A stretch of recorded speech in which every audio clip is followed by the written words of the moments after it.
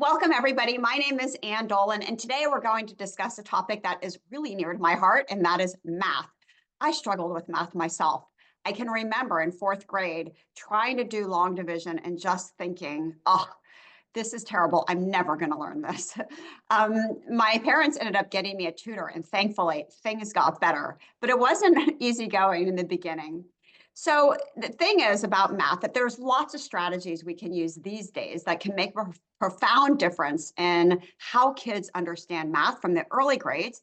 And if they don't have that foundation, how to do better as they get older as well.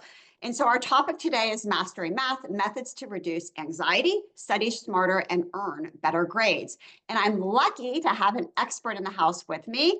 Meet Pete Pecoraro. Pete, welcome. Thank you. Thanks for having me back. I'm glad that you're here. So a bit about Pete. He is a math expert and he's a test prep tutor here with us at Educational Connections. And I have to say that we are so lucky to have him. He has a background in education as a high school teacher. He has a teaching degree from University of Illinois. And fun fact, he was his high school valedictorian. So Pete, tell us, what do you do every day, day in and day out to help kids? I'm an academic tutor, a one-on-one tutor for the company. And I'd say one of the main things I do, probably the main thing I do, is help students create understanding around math. It is easily the most dominant topic that comes up the most often, mathematics. So I help to pave the way for understanding around math, lower anxiety, lower the temperature in the room when it comes to a pretty challenging subject. That leads into kind of like the other thing that I do, which is help. This is a big component of the college entrance exams. Of course, ACT and SAT have math is a strong part of their tests. So I help kids improve their test scores by tutoring toward those tests. And in my mind, that kind of like helps them with their dreams to get into the most desirable schools, colleges, programs such as engineering, robotics. I hear back from kids. And then for me, I feel like I'm in the joy creation business because they're reaching their goals. They're seeing their dreams, you know, fulfilled. I bet that feels great when you get messages from kids about a test grade. I know you got one from a student who said, I got into the nursing school. Thank you so Yeah. much. Yeah. Very, very rewarding. Absolutely. That's awesome. All right. So, Pete, let's start us off. Why is math so hard in the first place? You mentioned it's a subject you do a lot of. And on my end, when parents call our office and they're looking for subject tutoring, it is predominantly math. Certainly all of the other subjects too, but math is the most requested. Why is it so hard? I think two things come to mind that kind of like math is different and makes it stand out. Number one, more than any other subject, it is cumulative in nature. So the coursework from one year builds onto or leads into the next. So the skills that are learned, let's say in algebra one, are going to be needed in algebra two, and those two subjects, all of the pre-algebra stuff that came in front of it is necessary. So it's really foundational. It's cumulative in effect. The other thing I think too that is makes it hard is the sheer number of solving steps that are involved with a problem. Even kind of like a mid-level, like a reasonable algebra problem, could have 6 or 7 steps before you get to the answer. So an error or even a small computational error along the way in any one of those steps leads to an incorrect answer. So then naturally that's something that somebody could easily get frustrated with. Wow, I did like almost all of it right. I missed the negative sign, one little thing, and then wrong answer. So so the sheer number of steps involved is makes it a challenge. And also for kids with ADHD, because we know one of the weaknesses kids with ADHD has is working memory, not your short term or your long term, but your ability to juggle information. And that's why, we see math and written language as being really, really hard for those students. And I know you see that too. For sure. Yeah. So, Pete, let's shift a little bit and talk about some trends because you've been doing this for a long time and you've seen things change over the years. Tell us what you're seeing now.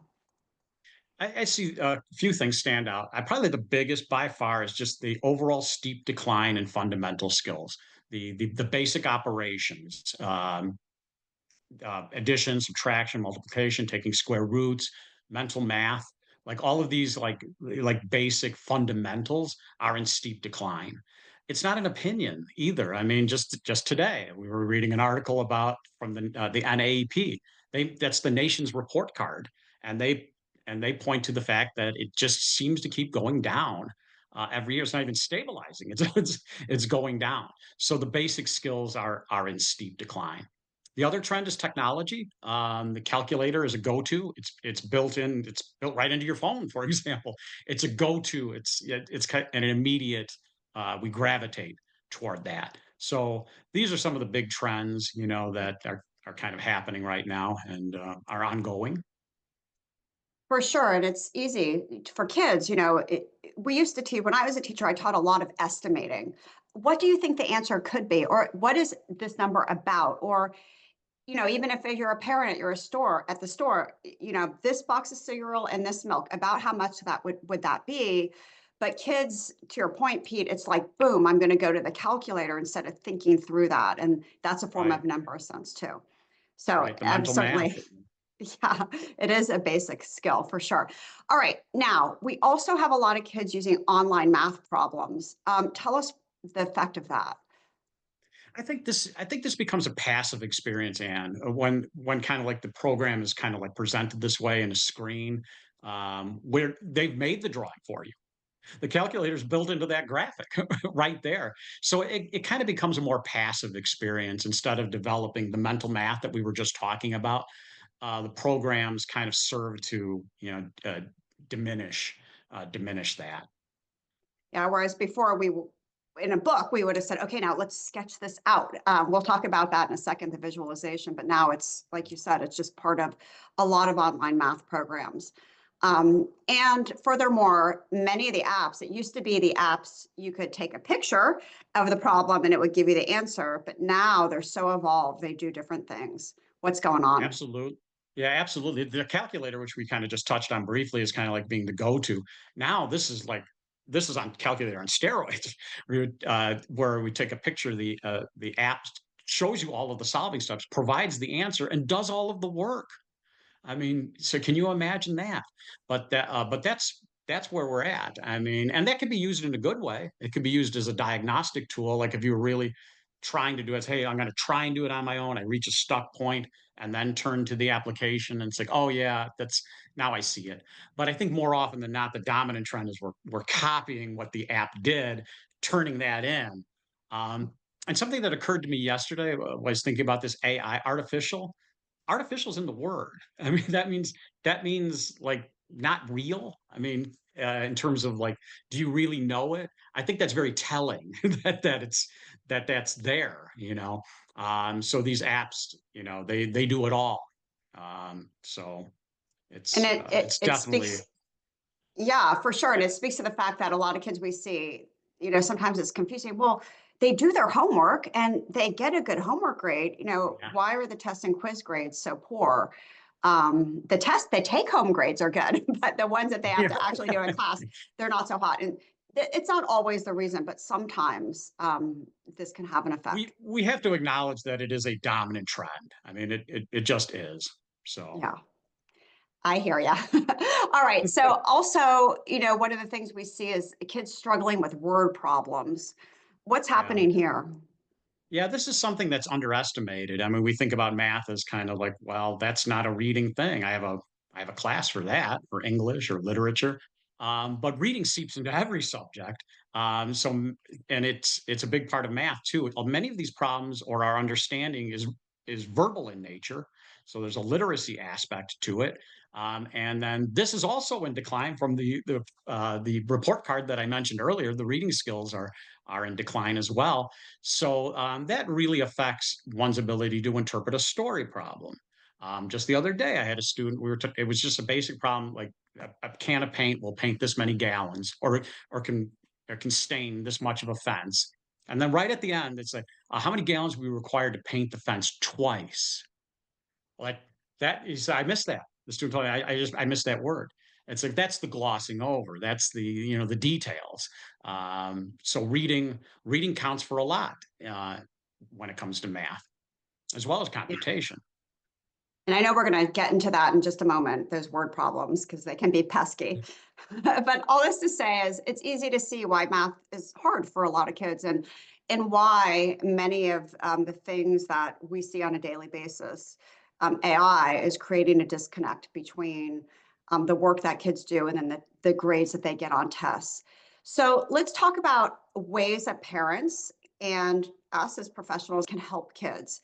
And first and foremost, if you see your child struggling, the number one thing that we as parents can do is to stay calm. Tell us what you do, Pete, and what a good strategy for parents might be.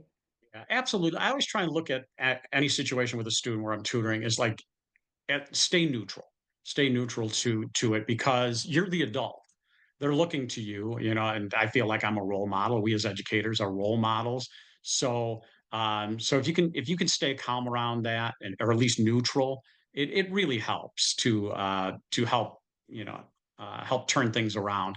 Sometimes explaining it in a different way. Just try a completely different approach. We're going to talk about some of those approaches. Repetition around a thing tends to calm things down. The second or third time you do it, probably you're likely to have a better mindset about it. The other things that we can do for our students is get their teacher involved, or if necessary, a tutor. Find a tutor that will help them, improve math, break down, get the guidance that they need in a one-on-one kind of way. Yeah, sometimes kids will say to us, I just don't understand the way my teacher is sharing it. So sometimes, getting that other person to explain it is helpful. And then, Yeah, Pete, I want to go back to the first one about being calm. I've heard so many times parents say to me as an educator, oh, you know what, Susie, I don't blame her. Like, we're all bad at math in our house. Or you could say to your child, oh, don't worry about it. This was hard for me too. You come by it naturally. And those things don't really help kids because it kind of like goes towards a fixed mindset. And the student will think, oh, okay, it kind of runs in my family. There's nothing I can really do about it. But instead, right. we want them to have that growth mindset where if I work on this and practice it, I can get better. I'm just You not can you great at can it yet. improve. Yeah, Yeah, deflection does not help in any way. So those aren't good things to say. Instead, like we said, try and be calm and neutral in the situation. for sure. All right, so let's talk about some strategies that you and all of our tutors use. And the first one I want to touch on is kind of going back to the word problems because kids often have difficulty with the language of math. What does it mean to turn words into math? Yeah, I feel like math is a language. I mean, if you embrace that idea that it's its own language, like any other language, words stand for things, symbols stand for things, and words can be turned into symbols. So I try and get kids to notice that a phrase like in addition or less than or of almost always implies multiplication. Per, that short little word per, almost always implies division. So if you can be on the lookout for these things, and you can then take those words that you're seeing, those I call them clue words. Clue words are key phrases. Turn them into symbols. You're well on your way to unlocking the problem. It's a good starting point. It sure is, especially when the student is super stuck. Okay, let's talk about another strategy when kids are stuck, because you are king of acronyms. And this one is WDWYK, Widwick. Good Wick, write down what you know. You're almost always given some facts. You're just straight up given some details that are you can pull straight from the problem. So I encourage kids to start writing it down. We see on this slide a paragraph. Most of us aren't really good at doing a math problem from a paragraph, if we're perfectly honest about it.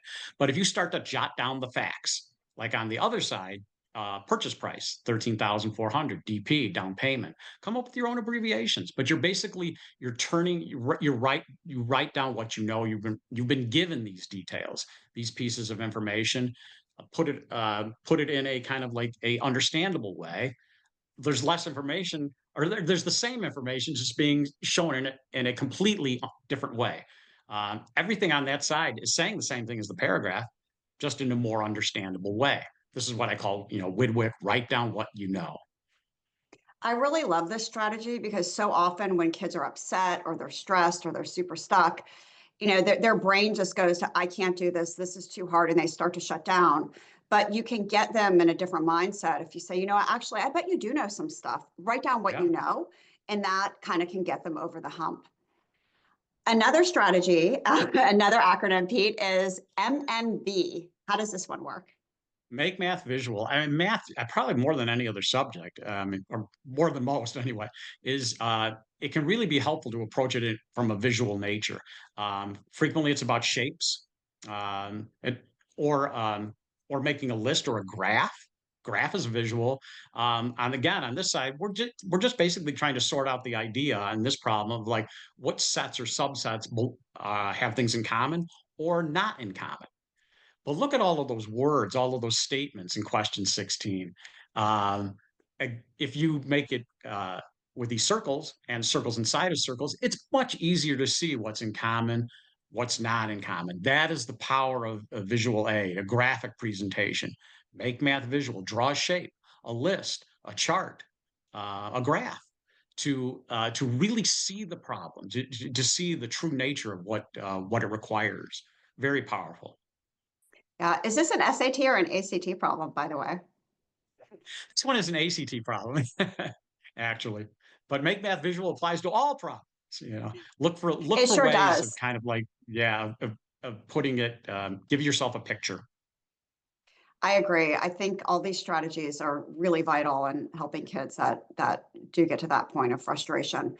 All right, so there are other things that we can all do at home to help kids, and I know that you talk about these in sessions too. But what are some real world applications that help kids to understand why they need math, especially when they say, "I don't ever need to know this. This is so stupid. I'm never going to use this in real life. I don't need to know math."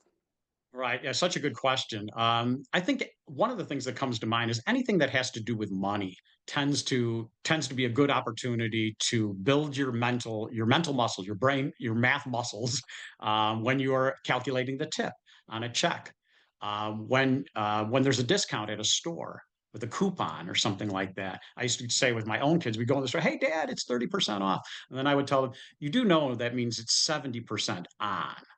And it's like, oh, I never thought about it that way. And it's like, okay, work that out. So anything that has to do with money is a good one. An interest rate on an account, even cooking and making recipes, figuring out servings and proportions, things like that. The units of measurement, figuring out how many cups and pints are in a gallon or a half gallon, inches and yards, units of measurement.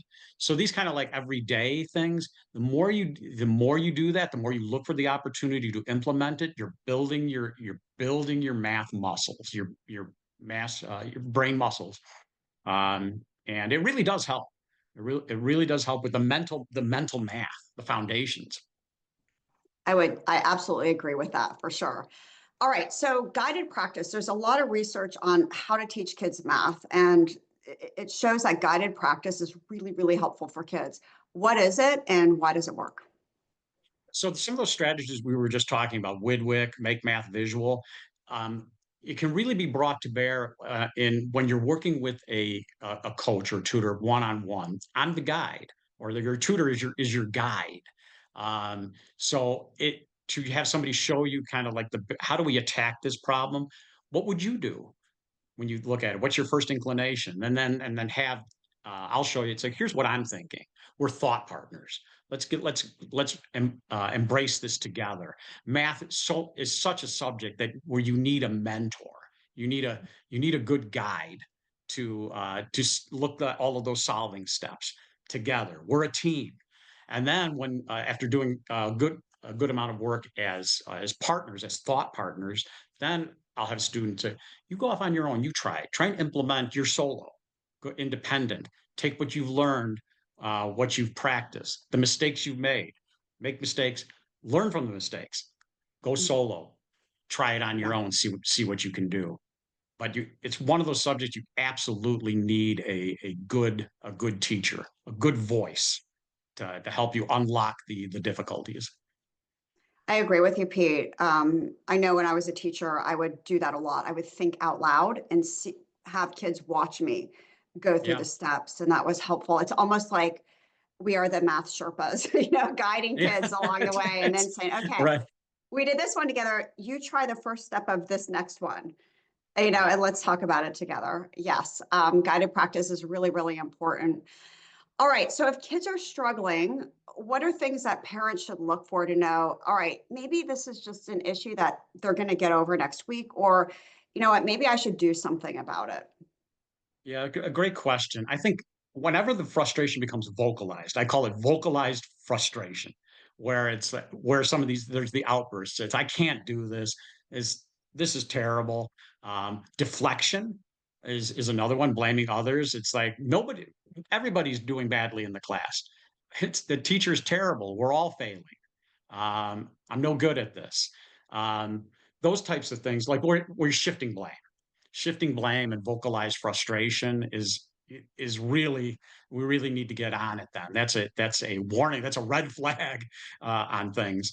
And then of course some of the basics, like there's assignments missing in the grade book, and test scores and quizzes low scores and seem to be declining, dipping. Those are all signs, that it's time to act.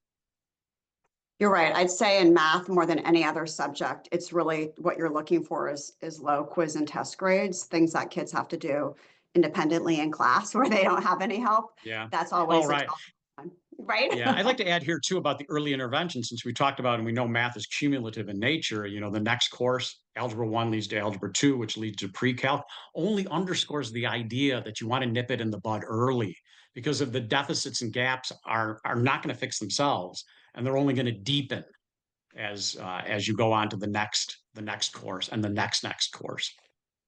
Yeah, and you're right. It's so different than like history, or you're in English, you're reading a book, you don't love that book, but you're going to go on to something else and kind of like start over. But in math, there is Right. no starting over. Yeah. Everything builds upon You each don't other. get much of that in mathematics. Yes, that's for sure. All right. So if we can help in any way, we would love to work with your student. And you can learn about our approach to math tutoring on our website, which is ectutoring.com. And if anything we said resonates for you, we'd love to talk to you. Jennifer, Kathy, and Ann Stewart are happy to chat with you on the phone. It's about a 20-minute call to learn about your child and hear what's going on. And we can make recommendations and see if what we do is a match for you. So you can schedule a call on our website or scan this QR code.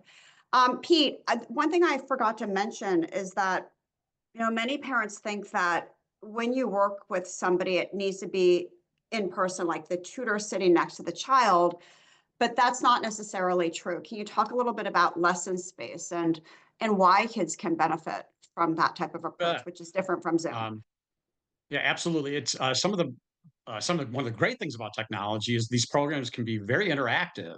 A lesson space works that way in that we have whiteboards and documents that we can share. You can write on my screen, I can write on yours.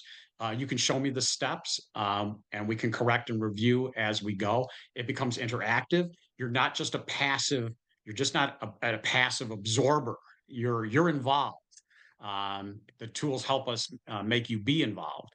So with the document sharing and whiteboards and working together, I kind of like a shared space. Pete, thank you so much for being my guest today. It was great to see all of you here. I'm grateful that you attended. I hope that you are walking away with some strategies to help in your home. I wish you all the best for the remainder of the school year, and I hope everybody has a great weekend. Thanks, everybody, and see you next time. Thank you. Bye-bye.